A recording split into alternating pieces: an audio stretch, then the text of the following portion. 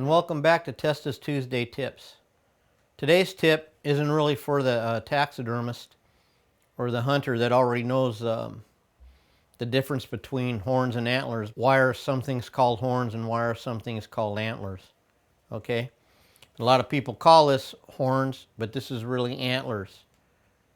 These are bones. Horns are made out of material similar to your finger, like a fingernail. Antlers are shed every year and regrown every year at the end of the, might say, end of the mating cycle. They grow new ones every year. They're covered in a material skin called velvet, and they grow at the rate of an inch to a couple inches a day. Fastest growing bone in the world. On this mannequin, separate from the mannequin we have the antlers on, we have a set of goat horns, okay?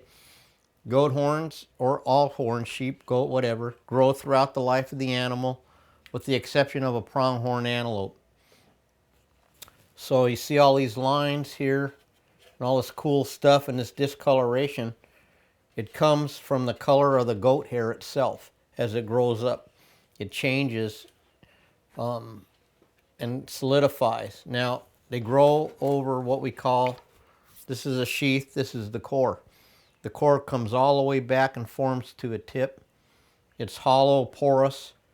It has all kinds of veins and stuff. I've cut the core short here, so because it makes it easier to put the antlers on and off, and you don't really need a lot of bone in there. But this grows, and then these are different years of growth. On sheep, they can count the rings, the growth rings, or not growth rings, growth. Mark, yeah. Might even be called a ring, I can't remember. But anyway, each one indicates a certain, like this is probably a year, this is a year, you know, this is a year, blah, blah, blah. And then here and so forth. And that's how you figure out how old they are. What about on here? On here, a lot of people think that the myth is that when antlers grow, they grow a point every year. Not really necessarily true. When you have a young buck, it's called a button buck or a spike. Might have just straight up spike. The next year might be a fork, or maybe even a spike fork the first year even. Then by the third season, they're going to grow out and start being what they're going to be. You know, they're going to get 3, 4 point, whatever it is. And then they'll stay like that, and they'll just get more massive the rest of the life of the deer. Oh, wow. And then this is pure 100% trophy bone right here. This is like a way over 200 point buck. I was talking to you earlier, it got shot sometime in the preseason, or, you know, early in, because that's all same color, you know. So the guy who shot this didn't do that. Some other sucker saw these things and got excited and thought he was aiming for the body, and he aimed for the ant, and he hit right where he aimed, man. Wow. But this buck, you know, this is maxed out. It's probably going to start what they call regressing, because then after they get a certain number of years, just like old people, they start regressing. Oh. You know, so you have a mature buck at 5 years old, 4 or 5, whatever. You know, they're pretty much what they're going to be like. This is a nice example of a nice mature, probably 4-year-old deer right there. This one? That one right there, that big. Got a lot of mass and might get a little bit bigger, you know.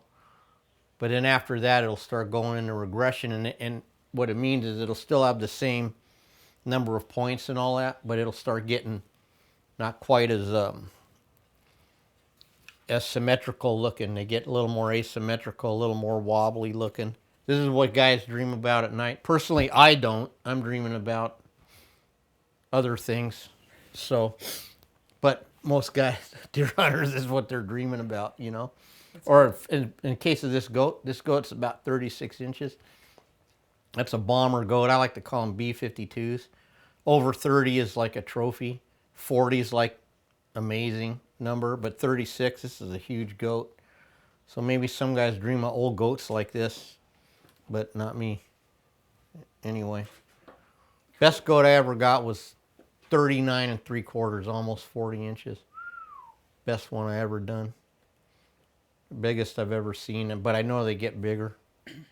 Anyway, you know what? I can grab a cape real quick, put it on, and I can explain about the coloration. You know, real quick. This is the same one we used in making the ear liner video. You see all the colors in the goat? Yeah. You know, it's got like lights and darks, and see here, pull it up. So then we can see how dark that is. Oh, that's cool. Isn't that? And then over here it's like lighter, it's this stripe, see? And all that coloration. So that's where they get different colors, you know. Because even though it looks a solid color, it's a little bit, you can see different, you know. Like sometimes, like this one's not a good example, but say sometimes they have like a stripe. So pretend it had a white stripe, right? That stripe would come up like that. Just like that. Yeah. So whatever the hair is, the horns become. Right. So that's. So why these are a lot lighter, this is all a lot lighter here.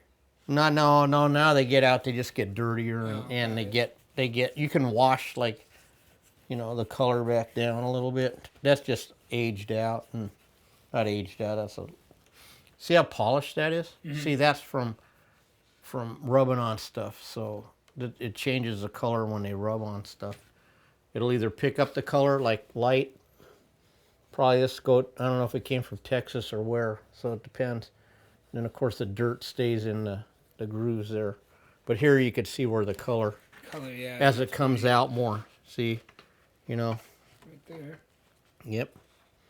Especially like that spot. See how that line? There's a little thingy right here. You can see it. It's interesting, you know. And see the dark black where it was caped right off there. I don't know if you see this line right here. Jet black. So anyway, that's that. It's like I learn something new every time. You do? I do. Yeah. What if someone made a YouTube poop using this as one of the sources and having Chuck Testa as some kind of mad taxidermist or something? What the hell does that even mean?